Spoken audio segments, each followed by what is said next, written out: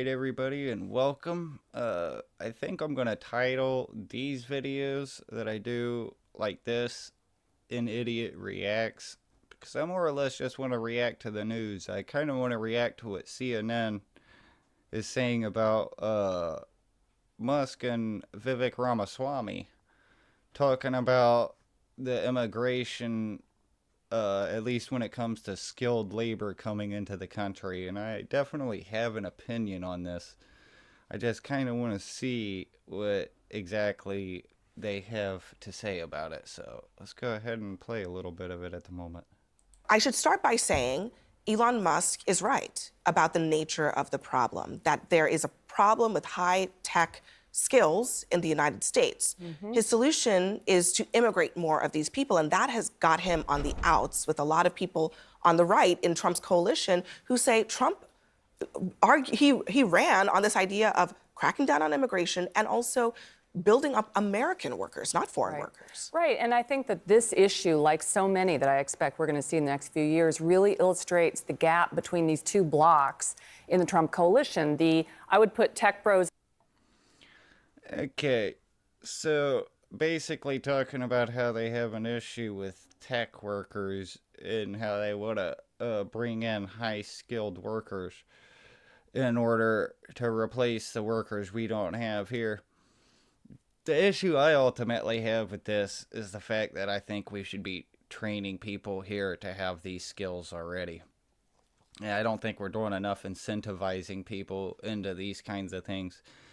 Not only that, is like there are people who are interested in these kinds of jobs who simply aren't getting them for one reason or another. There's usually always some kind of reason. We have a lot of solid brick walls between people and developing skills here in this country. Is even I'm trying to stretch my legs at like animation, and I've looked at a few of the animation apps that we have here available on the internet, and most of them are super expensive. And it's like right there, you're already putting up a solid brick wall in front of somebody who's broke, who would not have like the financial income to pay for something like that to develop a skill. And this could be somebody who also didn't even have the money to go to college, because not everybody is going to get a fully paid scholarship through college. And if you want to go to a good one, it's going to be expensive, and you're not always going to be able to get a loan for it either. It's actually quite crazy. And another thing when it comes to this as well, besides the fact that you're basically taking away these well-paying jobs from natural-born Americans, is you're also, in a way, messing with these other countries' ability to advance in some way, because we're taking all of their high-skilled workers out of their country because we have better opportunities here. Well, maybe some of these other countries would be able to develop some better opportunities if their high-skilled labor actually stayed there and built up a relatively decent-sized business using their intelligence. It's kind of a weird thing.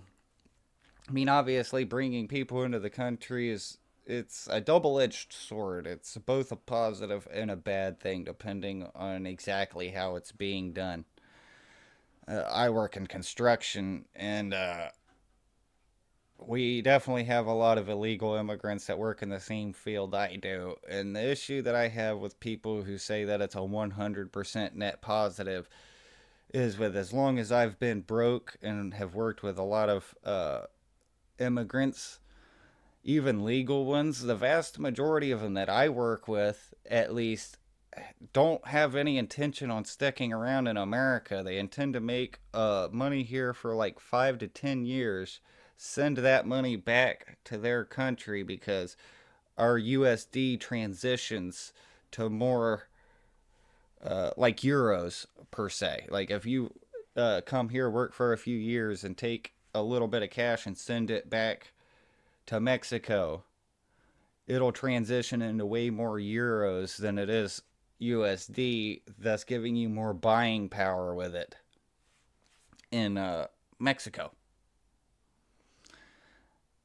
So they're really not only taking American jobs in a lot of cases, but they're not even sticking around. They're technically extracting value, which is why like border security and border policies are important. We shouldn't be not letting people in. I am not in favor of that at all. It's like you shouldn't just close your doors. Horrible idea. But you definitely should have a rather decent vetting process, and you also shouldn't be putting natural born Americans out for the sake of immigration either. It's kind of wild to watch. And Wall Streeters in one corner and the MAGA folks in the other corner. And there is going to be this juxtaposition.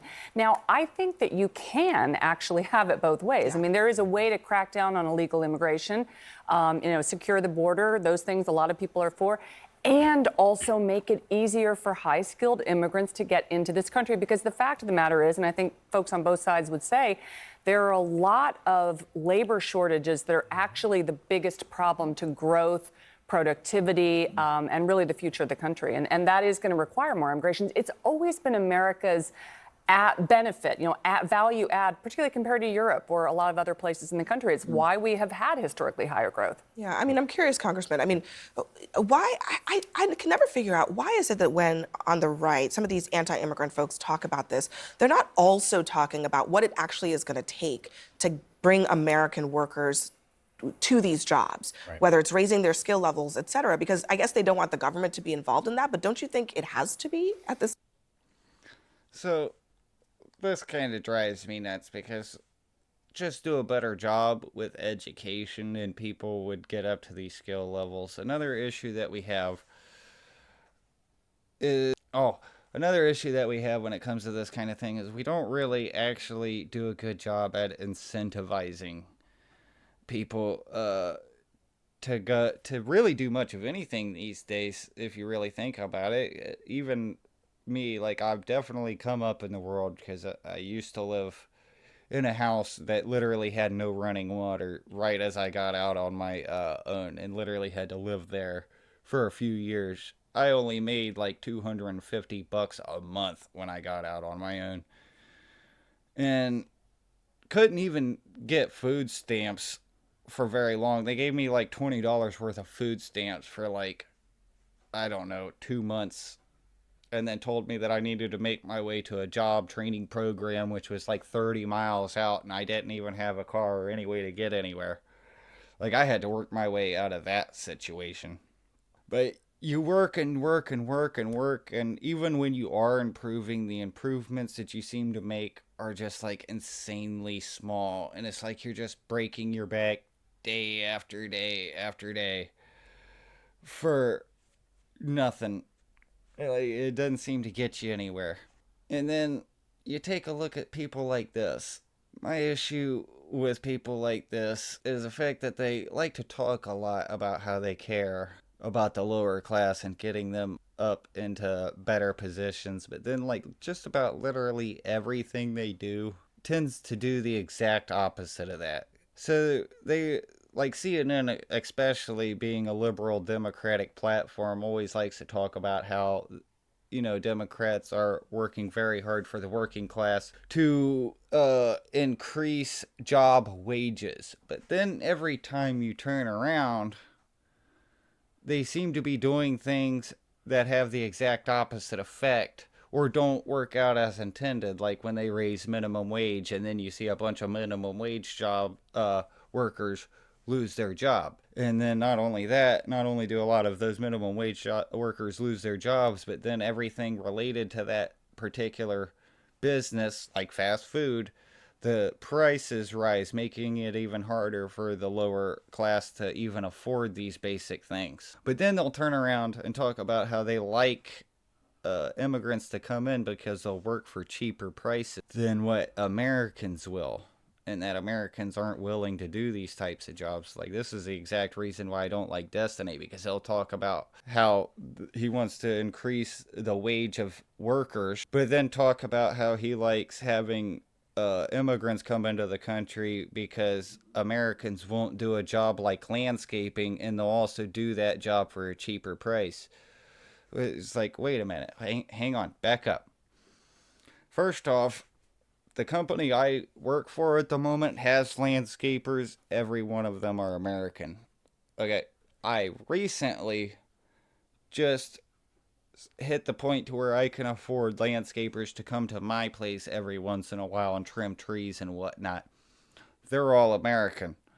So it's not that Americans won't do some of these jobs, they just have to have the opportunity to actually do these jobs. And secondly, like, how are you going to be somebody who supposedly advocates for people to make more minimum wage, but then turn around and say that you like to have the ability to pay somebody less than that, which you would consider a non livable wage, to be working out in the sun trimming your bushes, right? I mean, you're in favor of somebody at McDonald's making $15 an hour, but you want that guy who's outside trimming the bushes on your multi-million-dollar home to be making what, $5 an hour? Like, is that what we're talking about? It's like, the issue that I have is it seems to be like you only say things that are convenient for you at the time. Like, even when they're talking about how well all these workers coming into the country for the economy it is. Well, good for who exactly? Because the average person in this country feels like they've been getting screwed over, and it's been progressively getting worse for decades. Whereas the only people who seem to be constantly doing better are like the top 1%, the company owners and the multimillionaires and billionaires.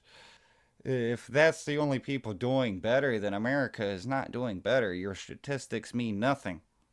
And especially when you consider the fact that the middle class is basically evaporated in today's society. It's not that we still don't have some of them, but there's a lot less. Scale? Look, this, I think, is one of the biggest issues that we have to tackle in this Congress. Yes, we need to secure the border. We need to stop the massive influx of illegal immigration.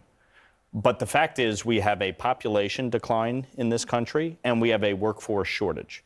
We have a shortage of doctors, nurses, engineers, home health aides, ag workers, construction workers, hospitality workers. We need to not only have an immigration system that works, that has a legal process that people who want to come here and enrich our community, our culture, our economy can do so. But we need an education system that is ensuring that we are building the workforce that we need. It's not just about having a pipeline to college. We need a pipeline to the jobs that need to be filled, which means our K through 12 system needs to be reevaluated. We need vocational schools. We need to get kids started at an early age on the path to STEM. So that we actually are creating engineers and the workforce of tomorrow, especially from a technological standpoint, from a biotech standpoint. We are the greatest force in the world, and our economy is the most powerful. And we have the most innovative and entrepreneurial people. But the fact is that we do have a shortage in the workforce, and we need to deal with this. So I basically almost 100% agree with exactly what this guy just said. Our schooling system at this point is a joke. It is definitely at this point incentivizes more getting people through that are obedient as opposed to intelligent. It's not to say that intelligent people don't slip through, and that's not even to say that the education system is not necessarily doing its job and the fact that it holds idiots back from making it that far either. But it lets a lot of like plain Jane average intelligent kind of people in, and then they wind up in these very high positions saying some of the dumbest things you've ever heard. And the proof is just out there. I mean, not that necessarily what's his face, Logan Paul or Jake Paul made it to their position through any kind of like education system. That was more just becoming famous due to bad luck. But like, we get a lot of people with like that kind of intelligence, 88 IQ, hanging out at the top these days with a couple of hyper intelligent people sprinkled in there here and there. And you really only have to look as far as Destiny to really see that. I watched a video of him basically he was in some kind of podcast with some kind of conservative personality, and they watched a video of Vivek Ramaswamy talking to somebody about how the federal education system will go a little too far in terms of like, because they were talking about a class that teaches archery being pulled due to federal reasons, and talking about how that was an overstep.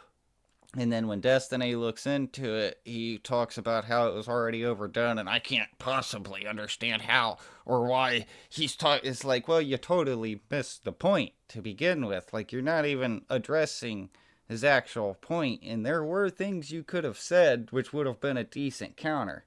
Is like one of the things Destiny could have actually said that would have been a counter, that would have been something you would expect from an intelligent person, is that, well, don't you think, because your side of the political aisle believes that gender studies and, transgender surgeries and all that shit shouldn't even be talked about or discussed in schools, wouldn't you like the federal government to have the ability to take away funding from that school in order to get them to stop doing that, considering you don't find it necessary?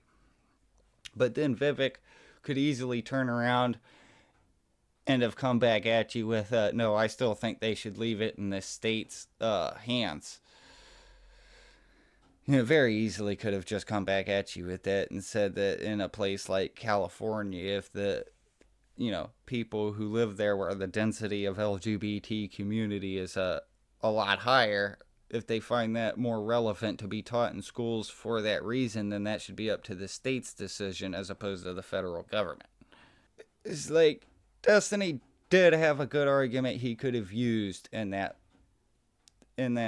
section that he watched, but instead of like actually using his brain in a rational way, he just kind of like completely fell apart and was like, I just don't understand. It actually hurts my brain because like Destiny did used to be the guy that I went to for more liberal perspective. Because like honestly, when it comes to a conservative perspective, I'm more of an Larry Elder kind of guy. I like to listen to him and listen to him speak. Tim Pool used to be more my middle guy who sat in the middle, and then Destiny used to be my left winger guy, and he's completely fallen off the cliff now. It's kind of wild.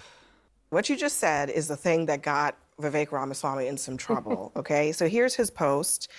He says, the reason top tech companies often hire foreign-born and first-generation engineers over Native Americans isn't because of an innate American IQ deficit, a lazy, wrong explanation. A key part of it comes down to the C word, culture, a culture that celebrates the prom queen over the math Olympiad champ or the jock over the valedictorian will not produce the best engineers. Sounds a little embittered, maybe. That's definitely a good point that Elon Musk actually does make there. Well, I don't necessarily agree with what he's saying. The fact is that our culture definitely incentivizes a lot more lazy ways to get to the top as opposed to like, here, let me go ahead and become the best and brightest at this.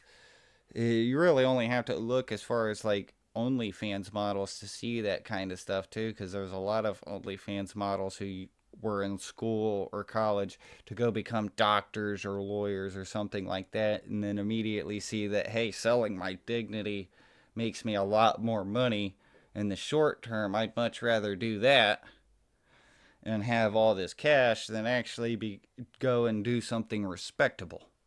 The guys do similar things too. Like I find those like guys who become famous from bodybuilding or anything like that, or some kind of football star, to be totally ridiculous.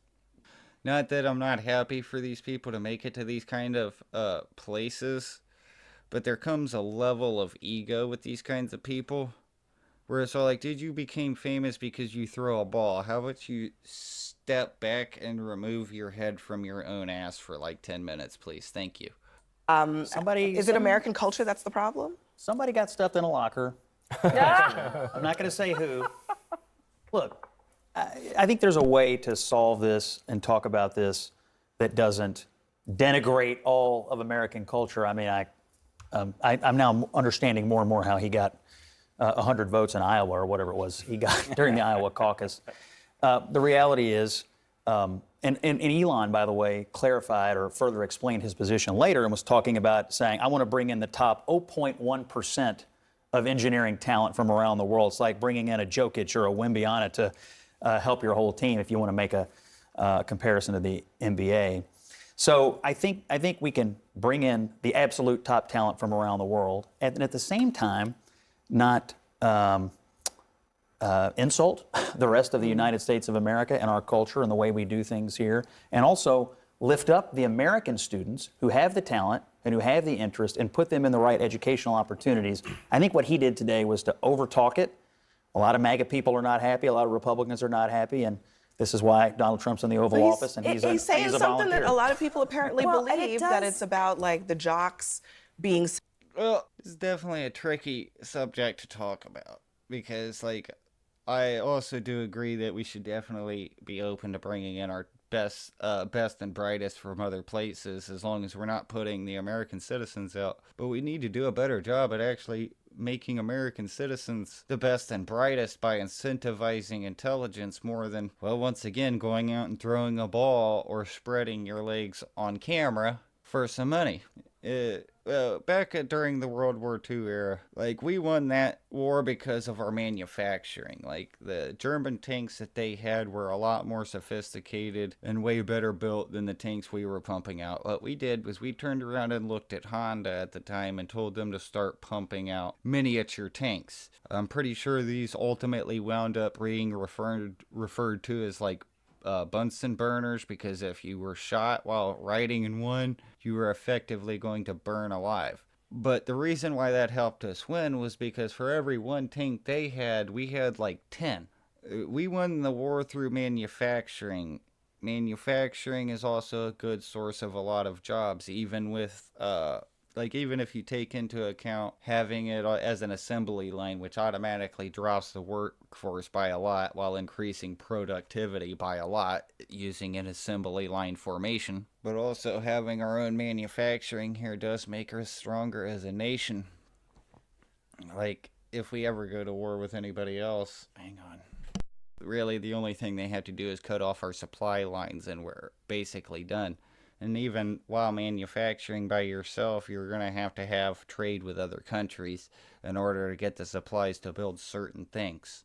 The issue is that we had Reagan at one point come in and send all of our factories overseas because of a fucking financial crisis, a financial crash that we've had, and they've basically been permanently overseas then to avoid any financial crashes, even though we keep having financial crashes anyway. And then the other thing that really hurt our country in terms of our economic status, because we like to talk about how we're the biggest economy in the world, but we're trillions of dollars into debt. Well, our money only holds value because everybody sells gasoline using the American dollar. It's known as the petrodollar. Our money used to be backed by gold, and the one who did that was Clinton, a Democrat.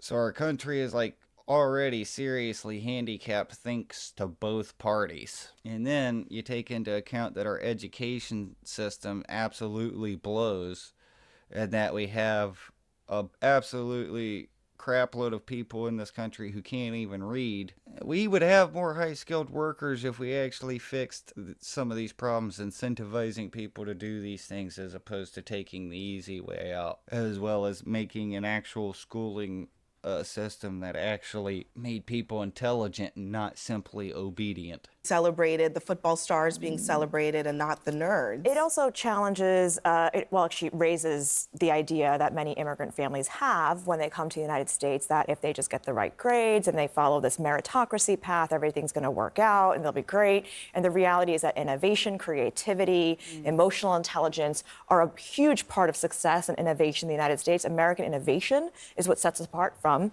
the Communist Party of China. But this idea that immigrants often come with also has a baked in racism to it. It's this idea that, well, we as immigrants are the right kind, we're educated, we're not like those other minorities in America.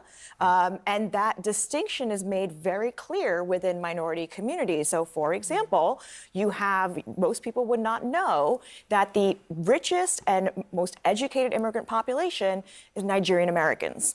People would think it's Indian Americans, yet Nigeria was put on the Muslim ban list, right? There is this idea.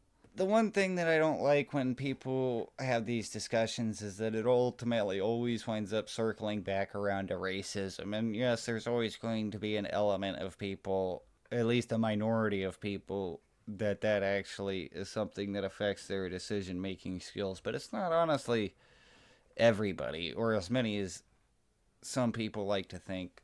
Like, if you think there are really just a mountain of white people these days sitting around about how to hold back minorities because they don't like you, you're delusional. Like, the vast majority of white people are living paycheck to paycheck. They don't got time to be worrying about what some other group of people is up to. That's a predominantly, like, wealthy individual kind of problem. Idea of who the model minority is, breeds that kind of challenge that we have with Korean grocers in Black neighborhoods. I think you're getting at something else important here, which is that we need all different kinds of learning and we need all different kinds of cultures. I mean, you made a great point about vocational schools. It's not just about math or the jocks, which is social skills, frankly, which matter. Actually, it's interesting that most CEOs come out of state schools and aren't necessarily the straight A students. You need to change education in this country. You need to value different kinds of skills. I actually think the idea of a meritocracy built just on, who gets the best SAT scores. And see, now the thing is that this emotional intelligent argument, I actually also find totally ridiculous, because in one part, yes, you're right, it is actually good to know how people are feeling, because then you can better adjust your approach to that, at least if you're a somewhat reasonably intelligent person. However, when you let somebody's emotions override reality, which seems to be what a lot of people do these days when they're talking about being emotionally intelligent, is just like let their emotions 100% override what's objectively real, then you're not doing a service to anybody. And I'm not pointing out any problems here specifically. This is I'm not specifically talking about trans people or anything along those lines. I don't really have too strong of an opinion on that. I mean, I have an opinion, but it's not like so terribly strong that I feel the need to put it out there, because it's like, whatever, people do whatever they want to do, as long as they're leaving me alone, that is. Like, as long as I can do whatever the hell I want to do, you do whatever the hell you want to do. We do have a lot of mental issues going around in this country that seem to be made worse simply because people are too afraid to be all like, yo, what you're feeling right now has no basis in reality, and you actually need to come back down to reality with the rest of us. It's like, the race issue and the fact that there are so many Black Lives Matter people who think that, the system is specifically designed and built to come after you. And it's all like, don't get me wrong, there are definitely going to be elements in there somewhere, but that is definitely not what the entire system is. As a matter of fact, we've done such a good job that I feel that that's barely even an issue anymore. And if you're overthinking about whether or not somebody's coming at you, then it's not going to lead you to making necessarily the best decisions when dealing with these other types of people. Like, if you're already going to be approaching a situation, like I said, with police, where you're already assuming they're going to be up to no good and trying to get you, then it's probably not going to lead to you having the best interaction with that police officer to begin with. And let's say things go south because of your preconceived notions about what their intentions might be, then the only thing you're going to be doing is like falsely justifying your preconceived notions. And that's just a small, tiny example there are plenty of other examples similar to that, where it's letting somebody live in their own delusion and basically go off of this stance of, are you denying my lived reality kind of thing. Well, I mean, if we're taking everybody's lived reality into account, then Hitler's lived reality was that Jewish people were evil and needed to be gotten rid of. Now, we can either take into account his lived reality and say it's 100% justified, or say that he was crazy, and that he simply didn't live in reality. Sorry about the noise in the background. There's laundry going on at the moment. I'm the child of immigrants. Don't get me wrong. I grew up in rural Indiana, though. I was also a cheerleader. You can do both, So, I think that you do need a system to be revamped in a way that we haven't done since the post-World War II period in this country. Okay, I have to get you in on this because I think Rana's talking about something very important, which is there's a movement to sort of say, let's give everybody a points for their grades and their SAT scores and their IQs, and then let's put them in college based on that. And if you did that, you would not actually get to the most successful people, the people who have the best potential. So how does that seems to honestly undermine this idea of a pure meritocracy, which is what Vivek Ramaswamy is talking about here. Yeah, so there's a bit of a paradox here, because the point about IQ and SATs and entrance exams is not necessarily that they are that they measure the inherent worth or the full 3D capacity of a human being, because as you say, there's all these other important skills in life, and we all know this, right? It's that they are objective. Right. And what we saw, for instance, they're more objective than the alternatives, right? There's no such thing as perfect objectivity on these tests, right? But when you look at what happened at Harvard with affirmative action, they were judging on all these soft skills as well, and their conclusion was that Asian American applicants had worse personalities, right? So the test is never going to do that. The test, it's never going to tell you unfairly that you got this math problem wrong, because if you got it wrong, you got it wrong. And there's something very attractive about that, especially to people from immigrant communities coming to a new country saying, they may not like my vibe, they may not like my culture, but they can't argue with my skill. Yeah. I definitely agree there that we definitely do need to open up the system more to be a little bit more, how do I put it?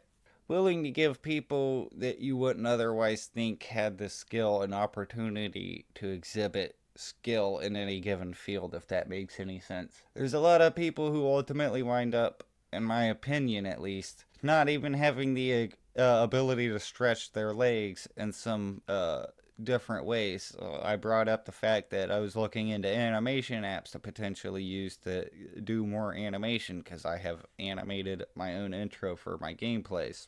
And most of the animation apps you can stumble across that have some of the better tools to use to make animation easier are just unbelievably expensive.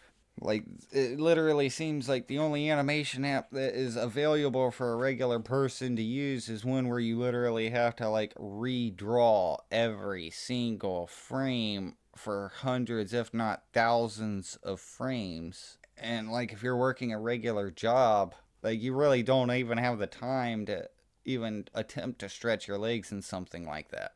I know this video probably came across as a little bit of a ranting mess, but give me just another minute or two and I will finish up. We definitely need to find a way to incentivize intelligence and people actually going towards more of these fields, high skill fields, I guess you should say. But at the same time, we're always going to need low skill workers too.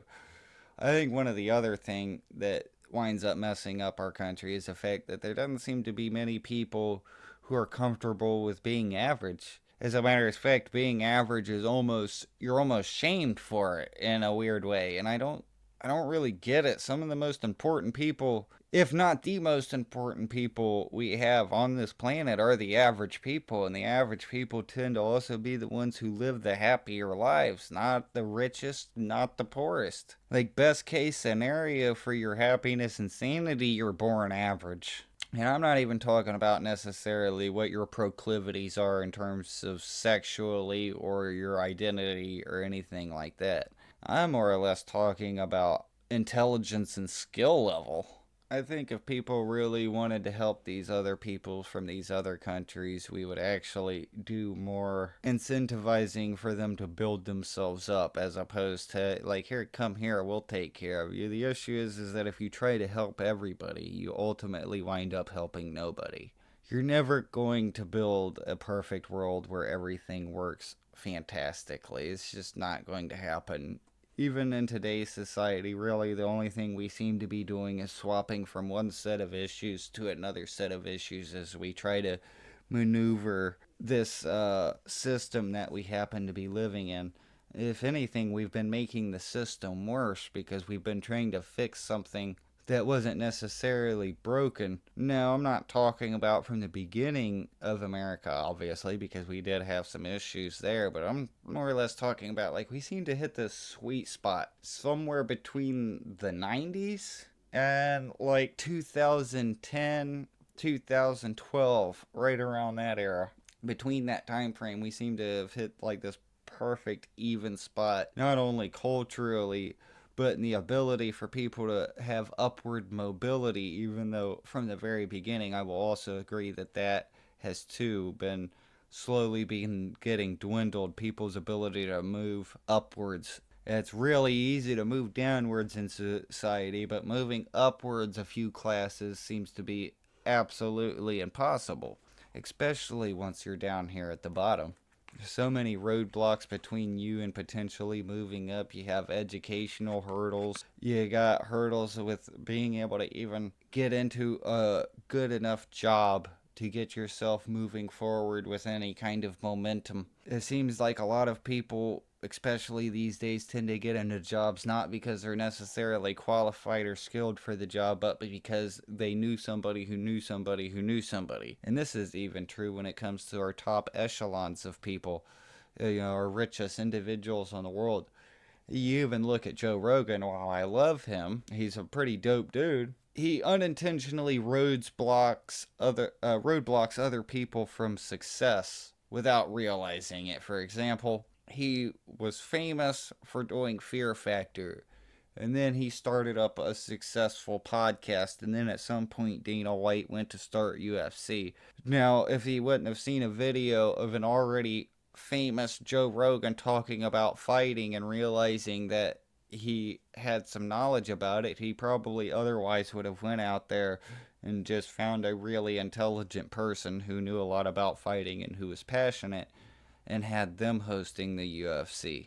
So instead, it's Joe Rogan doing it, not intentionally doing so. He has unfortunately bricked walled some average person who is really good in that field from leaving his mark on the world.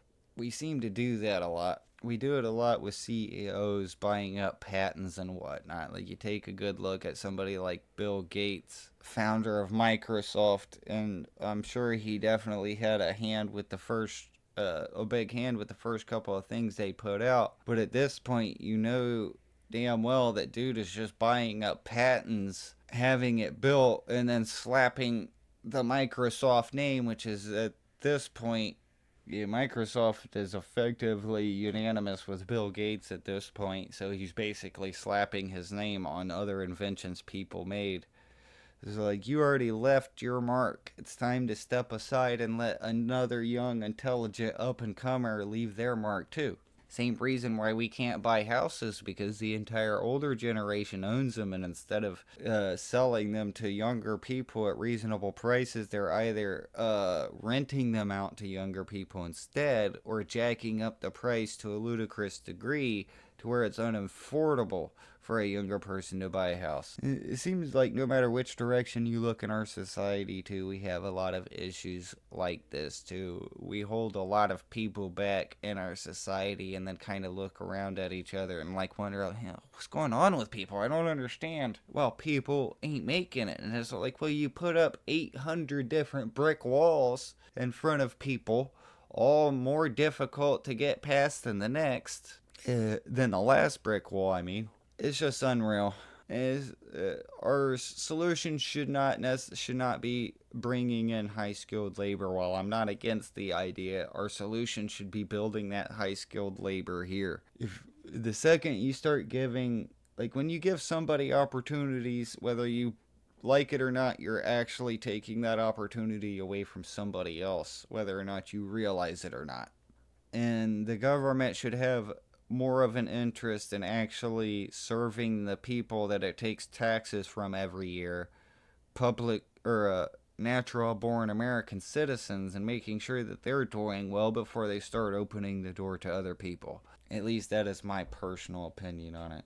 And like I said, I know this may have seemed a little bit ranty, and I do apologize. I will get better at it in the future.